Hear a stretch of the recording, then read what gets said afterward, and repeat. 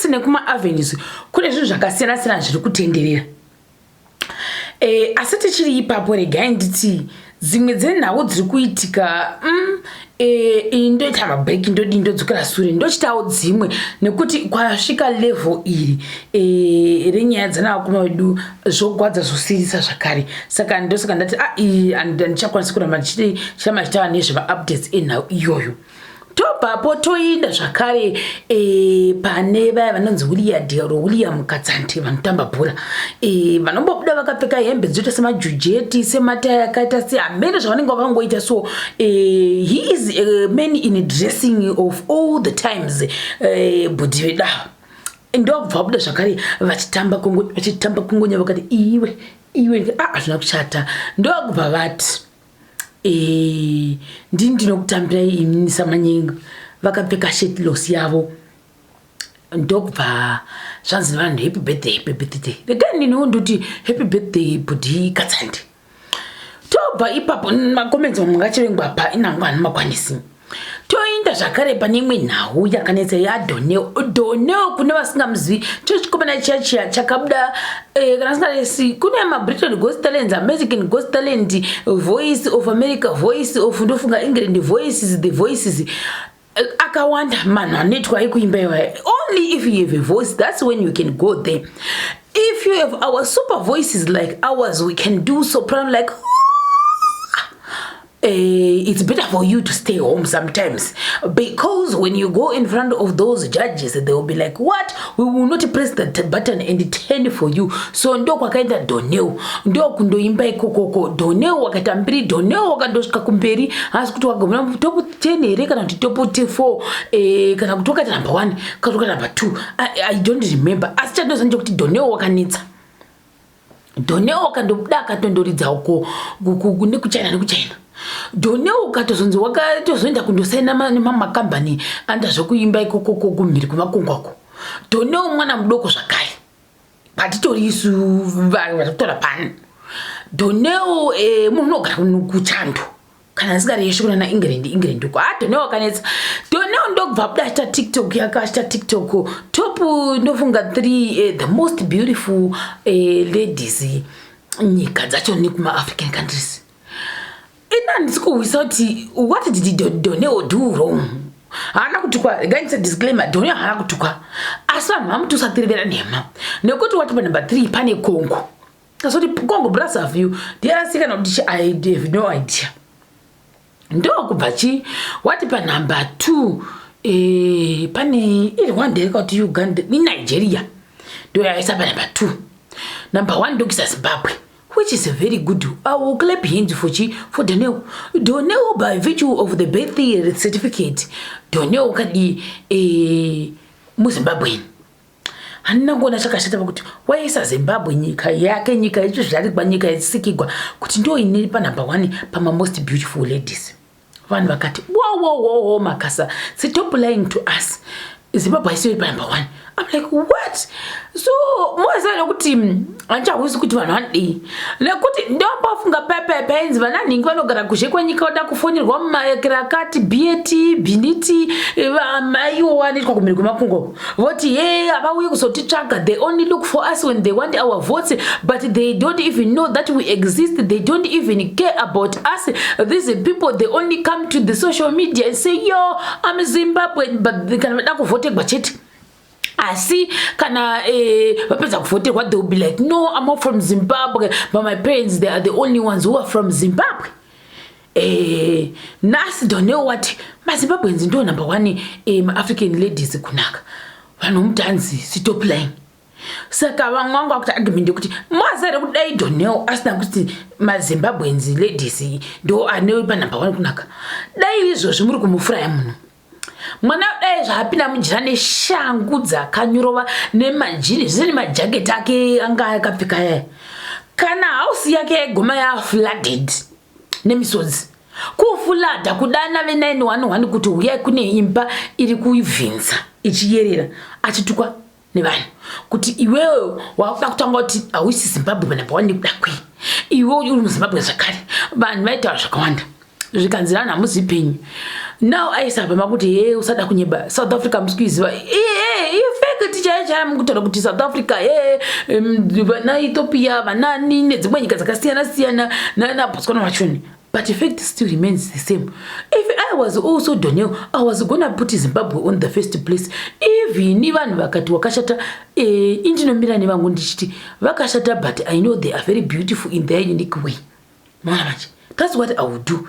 Because if you turn against them again, what havana kuekera kuna kashangwa kuwasha choice kuti wareva nemabvisa Zimbabwe.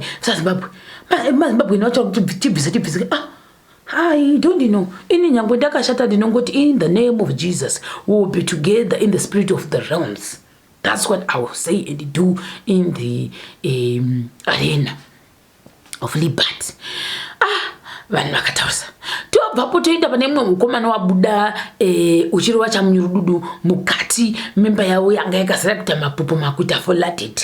Mukomana wawo yanga akabata nharembozha yake achizvinzwa achiswima mukati memba iyoyo. Uku kudzidza uku toenda pane imwe nhau irurunyere kupe rwakambobuda akatangisa kubuda nhau ine nhau iyi handisi kuti ndiani, asi kuna vanhu vakambotanga kufambisa nyaya yekuti vana DJ fanira vapuwa bhail. I think it's law in handizvo kuti inofamba sei. Zvikanzi no asirizvo.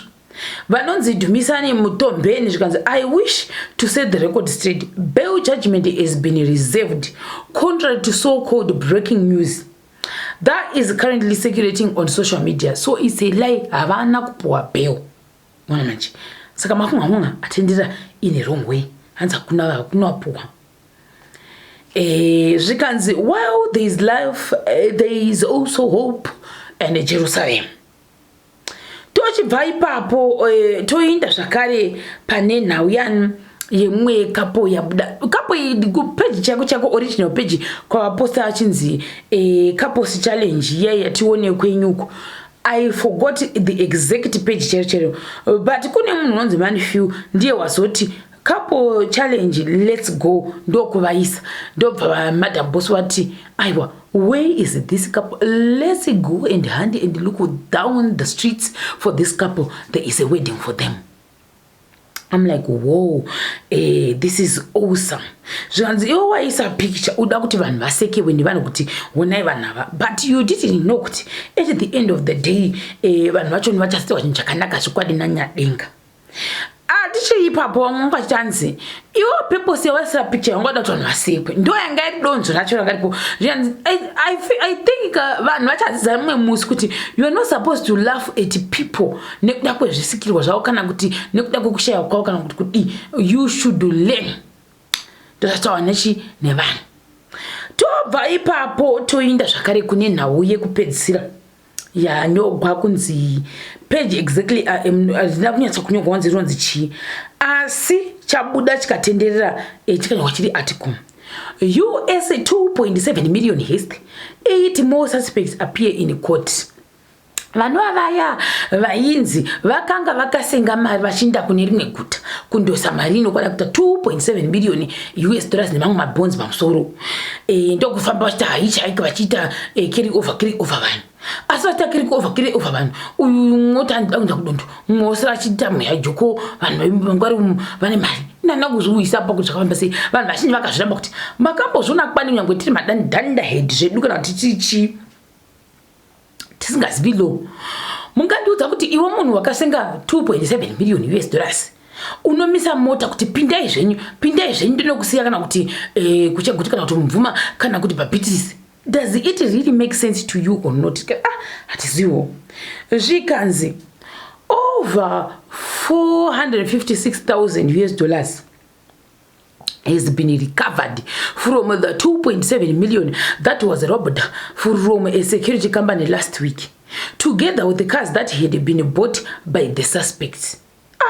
Saka vangu vari very fast.